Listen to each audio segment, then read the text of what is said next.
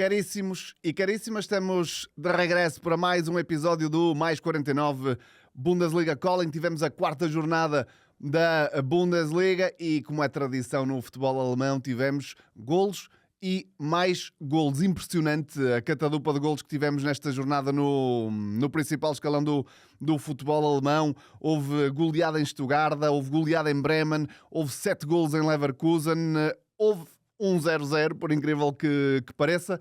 E já lá vamos a isso tudo, numa jornada que confirmou aquilo que já vínhamos falando um bocadinho na jornada anterior. Um Bayern de Munique agora totalmente líder isolado e com mais uma exibição de grande calibre da equipa de Vincent Kompany. Mas, como já sabem, vamos ao scroll da jornada. É a primeira rubrica deste podcast para percebermos o que é que aconteceu em muitos dos estádios da Bundesliga esta temporada. E começamos por um dos jogos que podia ter sido perfeitamente o jogo que valeu o bilhete, que é a rubrica a seguir, mas que perante a escolha de vários jogos acabou por ficar no scroll da jornada, que é esse Stuttgart Borussia Dortmund 5-1. Para a equipa de Sebastian Hoeneß. O Stuttgart, se bem se recordam, começou a temporada de forma algo titubeante, teve uma boa exibição na Supertaça frente ao Leverkusen, que acabou por perder de forma inglória. Depois começa bastante mal em termos de resultados o campeonato, soma apenas um ponto nas primeiras 2 jornadas. Na última jornada já tinha conseguido os primeiros 3 pontos. A meio da semana perde em Madrid frente ao Real por 3-1, num jogo em que o Stuttgart provou que se calhar podia ter trazido algo mais da capital espanhola do que aquilo que trouxe, e tinha então nesta jornada um jogo grande frente ao Borussia de Dortmund, um jogo que à partida se esperava equilibrado, mas que foi tudo menos isso. O Borussia Dortmund, Nuri Sahin, voltou a mostrar aquela face que lhe tem custado, na minha opinião, nas últimas temporadas, títulos e boas épocas. O Dortmund é capaz do melhor e do pior. Vinha de uma exibição na Bundesliga frente ao Heidenheim positiva, afirmativa, frente a uma equipa que estava a fazer um bom início de época. Essa vitória por 4-2 na jornada anterior. A meia da semana vence em Bruges para a Liga dos Campeões por 2-0, sem brilhar, é verdade, mas uma vitória relativamente tranquila. E depois é este descalabro total em casa do Stuttgart. A equipa de Sahin esteve completamente fora de si, nunca teve sequer possibilidades de conseguir discutir sequer o resultado com o Stuttgart, e é preocupante esta oscilação exibicional do Borussia Dortmund. É uma equipa absolutamente esquizofrénica e que é difícil de prever o que é que poderá trazer para o resto da temporada. Nuri Sahin, no final do jogo, disse que esta foi uma cara que a sua equipa mostrou que ele não quer voltar a ver, mas a verdade é que o Dortmund tem estes apagões ao longo das temporadas que lhe vai custando pontos e títulos. A verdade é essa, não há como escapar a essa situação. E retiro uma frase de Julian Brandt, o jogador do Dortmund, no final do jogo, que disse que hoje podíamos ter Pep Guardiola no banco, que o desfecho seria o mesmo. Portanto, uma crítica aqui clara também ao comportamento e à mentalidade da equipa do Borussia Dortmund, que foi absolutamente desastrosa. Do outro lado, a equipa de Sebastian Hoeneß foi o Stuttgart que vimos a época passada, uma equipa que parece manter muitos dos atributos que fizeram dela vice-campeã na época passada. Como disse, começou um bocadinho titubeante a época, mas este foi um jogo de clara afirmação. Denis Undav com um bis e uma exibição daqui de Enzo Milhão, mas já vamos falar de Enzo Milhão mais à frente. Mas foi genial. O médio do Stuttgart espalhou magia basicamente pelo relevado do estádio em Stuttgart, e a vitória acaba por ser justíssima até no volume com que acaba por acontecer. Portanto, o Stuttgart a dar aqui um sinal claríssimo de que pode não vir a lutar pelo título, mas será mais uma vez uma equipa que vai lutar seguramente pelos lugares europeus esta temporada na Bundesliga, porque mantém uma boa base, e Sebastian Hoeneß mantém-se fiel àquilo que fez a época passada, mesmo com peças diferentes. Aqui uma palavra para Waldemar Anton e Serhou Guirassy, agora os jogadores do Dortmund, regressaram a Stuttgart, onde estiveram na época passada. Guirassy ainda marcou o único golo do Dortmund, mas foi um regresso para esquecer para estes dois. Portanto, Stuttgart 5, Dortmund 1, um resultado surpreendente, mas justo neste fim de semana de Bundesliga. Seguimos depois para Bremen, onde o Bayern de Munique mantém o registro que já vínhamos falando aqui nos episódios anteriores. É um início de temporada sensacional da equipa de Kompany. Começou por não ser brilhante em termos exibicionais, a vitória em Wolfsburgo, depois sobre o Friburgo em casa, mas nas últimas semanas e sobretudo na última semana, os 3 jogos que o Bayern fez, primeiro em Kiel, ganha por 6-1. A meio da semana dá uma goleada, nem é à moda antiga, que já não se usa em lado nenhum, 9-2 ao Dinamo Zagreb na Champions, e agora vence por 5-0 em casa do Werder Bremen, numa exibição absolutamente imperial do Bayern de Munique, e que começa claramente a comprovar semana após semana que está num nível completamente diferente daquele que estava na época passada. As coisas funcionam de forma diferente do que funcionavam com Thomas Tuchel. Kompany está a conseguir criar aqui uma ideia de jogo assente nos jogadores que tem, muito, muito interessante, e depois tem jogadores como Harry Kane, como Jamal Musiala, como Michael Olise, Pavlovic e por aí fora, numa forma absolutamente brutal, e tem sido decisivo. E o jogo em Bremen foi limpinho. O expected goals do Werder Bremen foi de 0,00, o que diz muito daquilo que foi o jogo. Portanto, o Bremen não teve oportunidades de golo, o Bayern não permitiu, e na frente fez o que quis, com Olise em grande destaque, mas também em relação ao Olise já vamos falar daqui a pouco no MVP da jornada. Mas foi uma exibição absolutamente completa da equipa do Bayern de Munique, que até defensivamente parece estar a estabilizar. Era um dos problemas que eu vinha referindo no início da temporada. Kim Min-jae e o Upamecano parecem ter encontrado ali alguma solidez defensiva. O Upamecano, agora até estou a dizer mal o nome, Dayot Upamecano fez uma exibição muito sólida em Bremen, foi um dos pilares, e há muito bom trabalho a ser feito por Kompany no Bayern de Munique. Ele está a ser muito elogiado também pela forma como se está a apresentar. É um técnico que vinha com alguma desconfiança, não há como negá-lo, não tinha créditos firmados como treinador, e está a provar que, para já, está a conseguir ser o líder que esta equipa do Bayern de Munique precisava. Portanto, vitória sem espinhas do Bayern de Munique em Bremen por 5-0. Uma jornada que começou na sexta-feira em Augsburgo. O Mainz de Bo Henriksen ganhou por 3-2. Destaque para Jonathan Burkhardt, fez 2 dos golos do Mainz. Essenda, o ex-jogador do Vizela, fez um dos golos do Augsburgo, mas este Mainz é uma das equipas que eu também já tinha referido aqui, sempre muito sóbria, sem grande espetacularidade e alarido, vai fazendo o seu caminho e conseguiu uma vitória importante em casa do Augsburgo. Vamos de Augsburgo até Berlim, onde o Union de Bo Svensson ainda não perdeu. É uma das 3 equipas na Bundesliga que ainda não perdeu esta temporada, e de mansinho está a fazer o seu caminho. Rimou, mas é a verdade. No caso do Union de Berlim, ganhou por 2-1 ao Hoffenheim. Uma exibição absolutamente dominadora na primeira parte.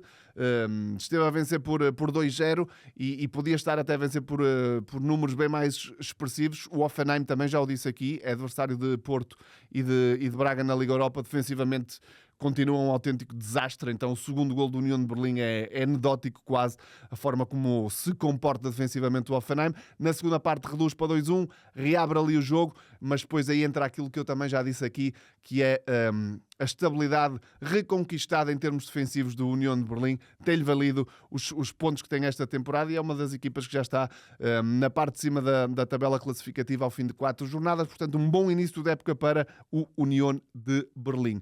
Falando em bons inícios da época, o Heidenheim fez um excelente início da época, 5 vitórias consecutivas, mas sofreu agora 2 derrotas seguidas. Na jornada anterior em Dortmund perdeu por 4-2.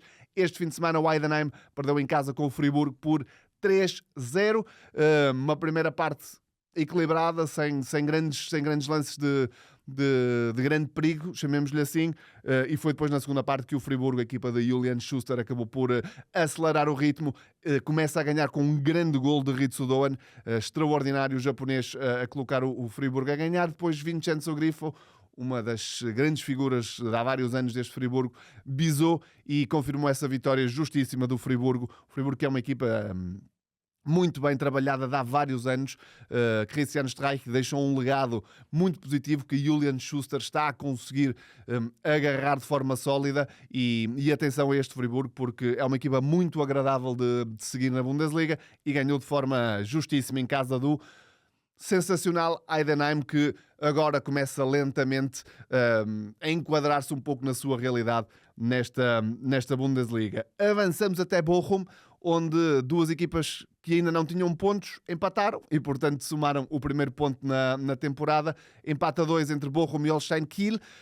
O Bochum esteve a perder por 1-0, conseguiu virar o resultado, acaba por sofrer um gol do empate pelo japonês Machino, já bem perto do final do encontro. Ele tinha entrado aos 79, marcou aos 88 o 2-2 e deu o primeiro ponto ao Holstein Kiel, que durante largos períodos pareceu estar a caminho de sofrer a quarta derrota na temporada, mas conseguiu arranjar ali forças para pontuar num terreno de um adversário direto e, portanto, Bochum e Kiel somaram aqui o primeiro ponto. Ainda no sábado, vamos para uma das minhas equipas fetiche, já o tinha dito no episódio anterior, o Eintracht Frankfurt, vitória por 2-0 em casa frente ao Borussia de Mönchengladbach.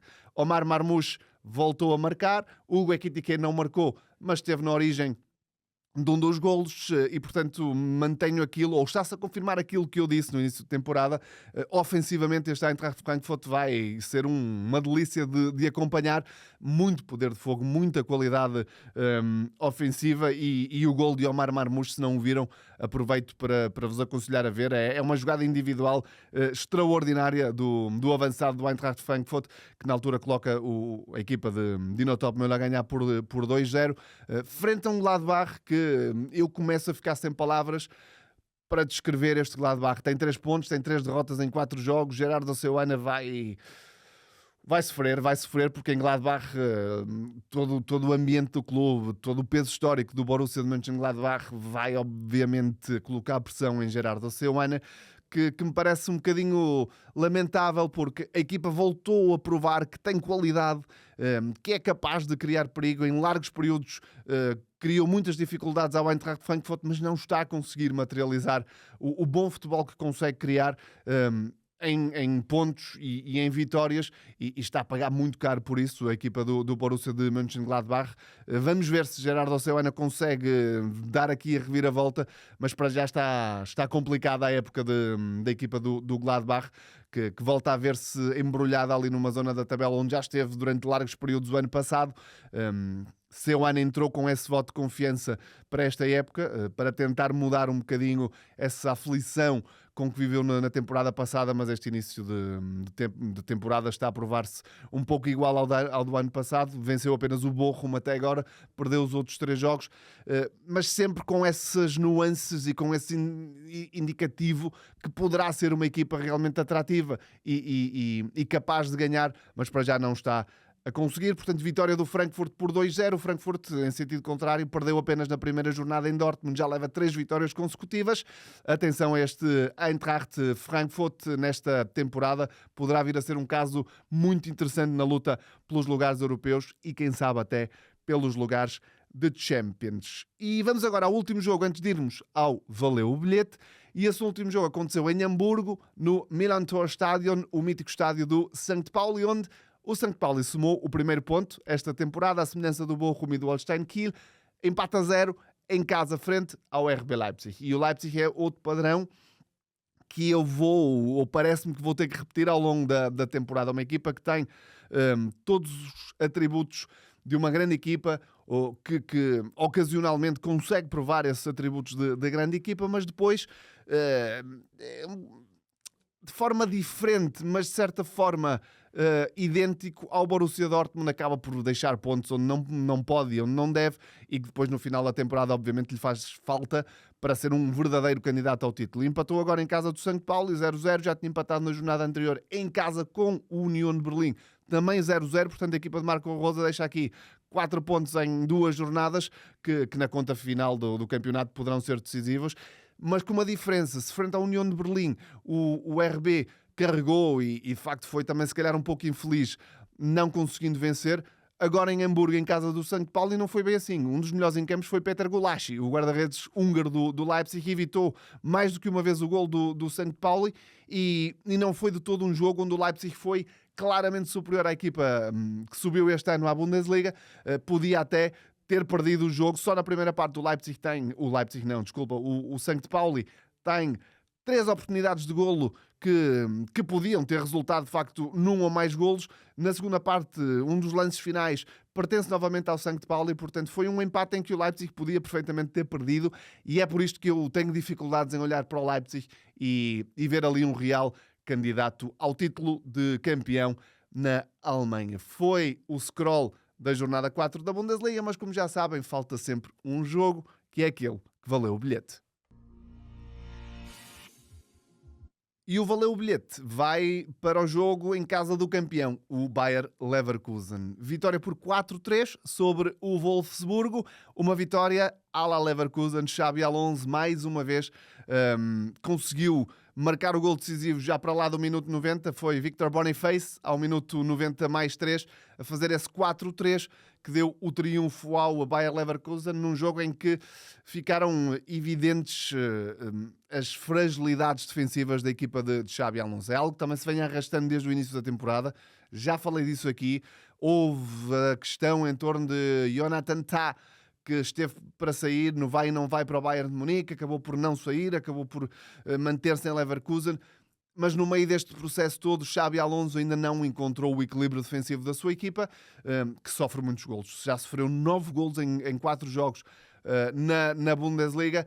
Para já vai conseguindo compensar ofensivamente, porque é de facto uma máquina trituradora em termos ofensivos. Vimos isso também na Champions, 4-0 em casa do Feyenoord, mas defensivamente a equipa tem permitido demasiadas veleidades e esteve quase para correr mal agora frente ao Wolfsburgo. Recordo-se que o Leverkusen já perdeu um jogo esta época, em casa frente ao Leipzig por 3-2, e agora esteve perto de voltar a deixar pontos pelo caminho. Esteve a perder 2 vezes, conseguiu recuperar e só um gol de Victor Boniface aos 90 mais 3 é que permitiu ao Leverkusen ganhar. É verdade que nessa fase já estava a carregar muito sobre o Wolfsburgo, mas é um aviso. E, sobretudo, é um aviso às palavras de Granit Xhaka no final do encontro, que disse que assim não vai ser possível repetir a temporada passada, que a equipa denota demasiada desconcentração defensiva e esse é um problema sério que Xabi Alonso vai ter que resolver nas próximas semanas para conseguir manter este Bayer Leverkusen constantemente na luta pelo primeiro lugar, sobretudo quando vemos que há um Bayern de Munique na máxima força. E agora cuidado, porque na próxima jornada, meus amigos, há um Bayern de Munique, Bayer Leverkusen, e vai ser um primeiro tira-teimas para perceber qual dos 2 principais candidatos ao título consegue ganhar esta primeira batalha, se é que alguém a vai conseguir ganhar, mas será o primeiro grande teste para o Bayern de Munique, que ainda não teve nenhum adversário de topo de gama, chamemos-lhe assim, e será também um teste para o Bayer Leverkusen perceber se é capaz de manter o ritmo dos da frente, ou do clube da frente neste caso, ou se sofrendo uma segunda derrota nesta temporada, se começa a distanciar ali um pouco do Bayern de Munique. Portanto, próxima jornada vamos ter um episódio especial também, posso-vos prometer já isso, na próxima segunda-feira, a propósito desse Bayern de Munique, Bayer Leverkusen. Este foi o jogo que valeu o bilhete e agora vamos olhar ao individual para o MVP do fim de semana. E o MVP do fim de semana, na verdade, são 2, porque eu não consegui decidir. E, portanto, peço desde já desculpa por isso, mas não vem mal ao mundo se entregar esse prémio a 2 jogadores. Desde logo a Michael Olise, o francês do Bayern de Munique, que jogaço que fez em Bremen. 2 golos e 2 assistências, e atrevo-me a dizer que as assistências foram ainda melhores que os 2 golos que Olise marcou. É um jogador talhado para um clube como o Bayern e nota-se que está com confiança e tem feito um início de temporada em crescendo. Chegou a ser criticado nos primeiros jogos por parecer um pouco desligado e um pouco despreocupado do jogo, mas a exibição que fez em Bremen, meus amigos e minhas amigas, é crème de la crème. Brutal o jogo que Michael Olise fez em Bremen. Para mim, nota 10, sem espinhas. Nota 10 sem espinhas para Enzo Milho, o médio do Stuttgart. Já tinha dado aqui a entender que era um dos homens que eu ia colocar aqui no MVP do fim de semana, e o que disse de Olise, posso dizer, de Enzo Milho. Fez um golo e 2 assistências, e a assistência que ele faz para o 4º golo do Stuttgart é uma obra de arte. Não há outra forma de o dizer. Foi um tratado de futebol aquilo que Enzo Milho fez frente ao Borussia de Dortmund durante todo o jogo. Obviamente que o golo e as assistências são aquilo que depois se destaca, mas foram pormenores e uma fluidez que fez com que o Stuttgart depois ganhasse aquela dimensão para uma exibição absolutamente extraordinária. Na minha opinião, começou tudo nos pés de Enzo Milho e, portanto, Michael Olise e Enzo Milho, os 2 MVPs do fim de semana para mim, sem sombra de dúvidas, 2 craques da Bundesliga que seguramente nos vão dar ainda muito mais prazer ao longo da temporada. E, portanto, depois do MVP ou dos MVPs do fim de semana, sabem onde é que vamos? Ao bairro português. Ora, e o bairro português tem uma novidadezinha neste episódio, porque tivemos a estreia de André Silva. Para quem nos acompanha desde o primeiro episódio, sabe que André Silva ainda não tinha sido utilizado de forma oficial por Marco Rose no RB Leipzig. Ora, teve os primeiros minutos nesta jornada, no empate em casa do São Paulo, e no 0-0 entrou aos 75 minutos, creio eu. E não foi capaz de fazer a diferença, mas fica para já essa nota que Marco Rose deu pelo menos um primeiro sinal de que poderá eventualmente aqui ou acolá contar com o André Silva. Eu mantenho a opinião, acho que os 2 lados, encontrando ali uma solução viável em janeiro, acabarão por se separar, mas fica essa nota de André Silva, a estreia esta temporada com a camisola do RB Leipzig. Quem continua a ser titular é Tiago Tomás, no Wolfsburgo, e só isso prova de facto que está num patamar diferente da época passada, em que não era escolha regular de Niko Kovac. Com Ralf Hasenhüttl, Tiago Tomás está a receber esse voto de confiança. É verdade que o Wolfsburgo perdeu em casa do Leverkusen, nesse jogo absolutamente louco, mas Tiago Tomás esteve em campo 71 minutos. É ele que incomoda o defesa do Bayer Leverkusen no primeiro golo, que é Mukiele, e portanto está de forma direta quase ligada a esse primeiro golo do Wolfsburgo. Depois, Tiago Tomás tem sido um pouco o espelho da equipa. Já disse isto nos episódios anteriores. Quando o Wolfsburgo consegue, de facto, elevar o seu nível, Tiago Tomás acompanha o nível da equipa. Quando a equipa sente algumas dificuldades, Tiago Tomás ajusta-se um pouco a essas dificuldades da equipa e acaba por não conseguir sobressair. Mas tem sido uma época, apesar de tudo, muito regular e interessante aqui a colar de Tiago Tomás, que sobretudo está a conseguir ser titular neste Wolfsburgo, que era algo que ele procurava há algum tempo. Vamos agora aos outros 3 portugueses da Bundesliga, começando por Diogo Leite, mais uma titularidade inquestionável no Union de Berlim, mais uma exibição muito sólida, muito segura de Diogo Leite. Eu estava a ver o jogo com comentários em alemão, e a certa altura o comentador da Sky alemã de facto elogia Diogo Leite e diz o que defende o defesa português, porque foi sobretudo na parte final do jogo em que o Hoffenheim carregou um pouco sobre o União de Berlim à procura do 2-2 que Diogo Leite provou mais uma vez ser de facto indispensável no sistema de 3 centrais do União de Berlim, juntamente com Danilo Doki e Kevin Vogt. Diogo Leite é também um dos jogadores a par de Doki que transporta o jogo ofensivo do União de Berlim e, portanto, na linha daquilo que está a fazer, uma temporada muito, muito assinalável de Diogo Leite. Depois os 2 do Bayern, Rafael Guerreiro e João Palhinha. Guerreiro foi suplente no Bayern de Munique, algo que já não vinha sendo habitual. Ele tinha sido titular nos últimos jogos e entrou aos 56 minutos para a defesa de direito. Portanto, aqui Kompany tentou algo diferente, não é uma posição totalmente estranha a Rafael Guerreiro, mas acabou por não sobressair em demasia. Foi um jogo normal, dentro de um jogo que estava super fácil para o Bayern de Munique e, portanto, não há grandes notas de apontamento para Rafael Guerreiro, a não ser dizer que entrou apenas aos 56 e que foi para a posição de defesa de direito. No caso de João Palhinha, continua num processo de adaptação e eu não me vou alongar em João Palhinha porque vamos ter a rubrica a seguir do Mais 49 Bundesliga Calling, que é precisamente sobre João Palhinha, dizer que voltou a ser suplente, entrou já na parte final do jogo, tentou ali um remate que não lhe saiu bem, mas sobre João Palhinha já vamos ouvir a opinião de um expert na rubrica a seguir que é o Mais 49 Bundesliga Calling. E o Mais 49 Bundesliga Calling desta semana vai direitinho com uma chamadinha para Munique para falarmos com Christian Glück. Ele é jornalista freelancer, faz vários trabalhos. Entre eles, trabalha para o Bayern de Munique, portanto conhece bem a realidade do clube, está por dentro, de facto, da forma de pensar e de trabalhar do gigante da Baviera. E eu perguntei-lhe sobre João Palhinha, sobre estes primeiros tempos de Palhinha no Bayern, como é que ele vê a sua adaptação e a sua posição neste momento no clube, e esta é a opinião de Christian Glück. All right, when we talk about João Palhinha, then it's clear he's one of the most expensive transfers for Bayern Munich in this season, of course, from FC Fulham. He's coming, and the expectations are big, of course. But on the other side, you have to know that at FC Bayern Munich, all people are patient with new players. Also speaking not the German language. Maybe it's easier when you remember Harry Kane last year. He's coming with English language. That makes life a little bit more easy. That's maybe the biggest difference.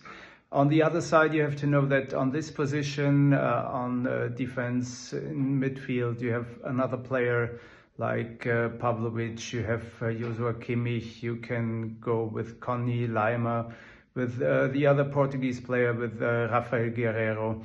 There are a lot of players who are able to play this position, and for João Palhinha, it's a question of time when he's getting in his perfect shape, when all the automatisms are running, and he knows where's the ball going. At least at Werder Bremen, he was playing for 23 minutes, did a good match. He was replacing Pavlovic. He was booked for a yellow card. And that makes sense. To get him in touch with the Bundesliga football, it's a little bit different than Premier League football, of course. And I think he will do his way, and he will go his way. João Palhinha, he's a really good player, and he will fit to Bayern Munich. I'm sure about that. Opinião de Christian Glück, como disse, alguém que está por dentro do Bayern de Munique, ele que é colaborador do clube da Baviera, aqui a dar-nos então a sua visão sobre estes primeiros tempos de João Palhinha no Bayern. Ainda não é, longe disso, um titular indiscutível da equipa de Vincent Kompany. Vamos ver como é que esta primeira época de Palhinha no Bayern se vai desenvolver e que posição é que Palhinha acabará por assumir a importância ao longo da temporada. Vamos agora para a história do fim de semana na Alemanha.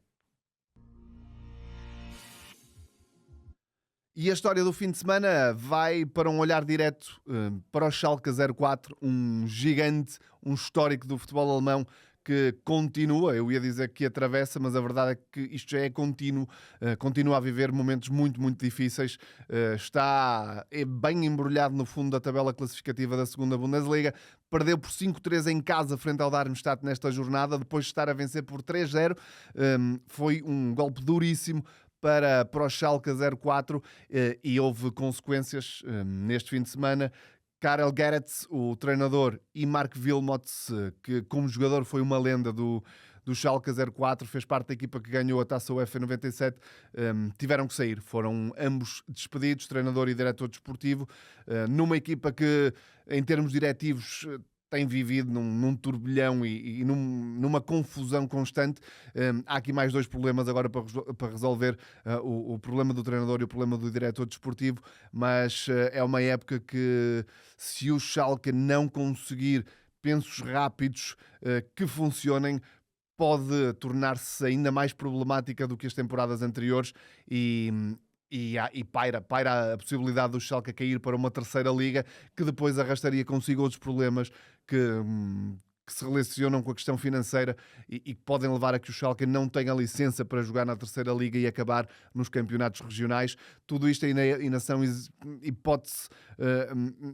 hipotéticas para um futuro próximo do Schalke 04, mas os sinais não são nada bons e longe vão os tempos de Liga dos Campeões, de jogadores como Raul, de Klaas-Jan Huntelaar, que ironicamente foi o início do fim, ou pelo menos o início da situação lastimável em que o Schalke se encontra agora. Muitos investimentos desmedidos, sucesso desportivo que acabou por nunca chegar depois dessa aposta forte em jogadores ultra credenciados.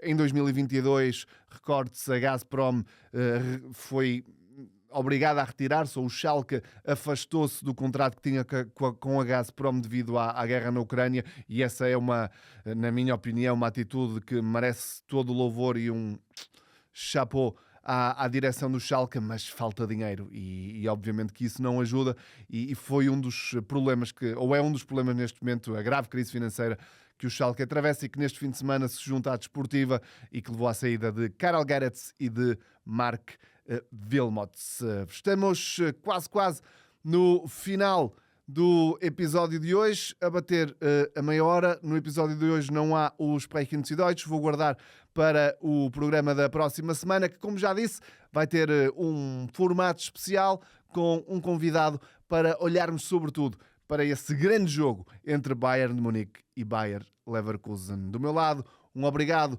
por continuarem a acompanhar o Mais 49 Bundesliga Calling. Já sabem, continuem a colocar o like, a seguir-nos, porque só assim é que vamos fazer crescer esta comunidade que ama o futebol alemão. Um abraço e boa semana.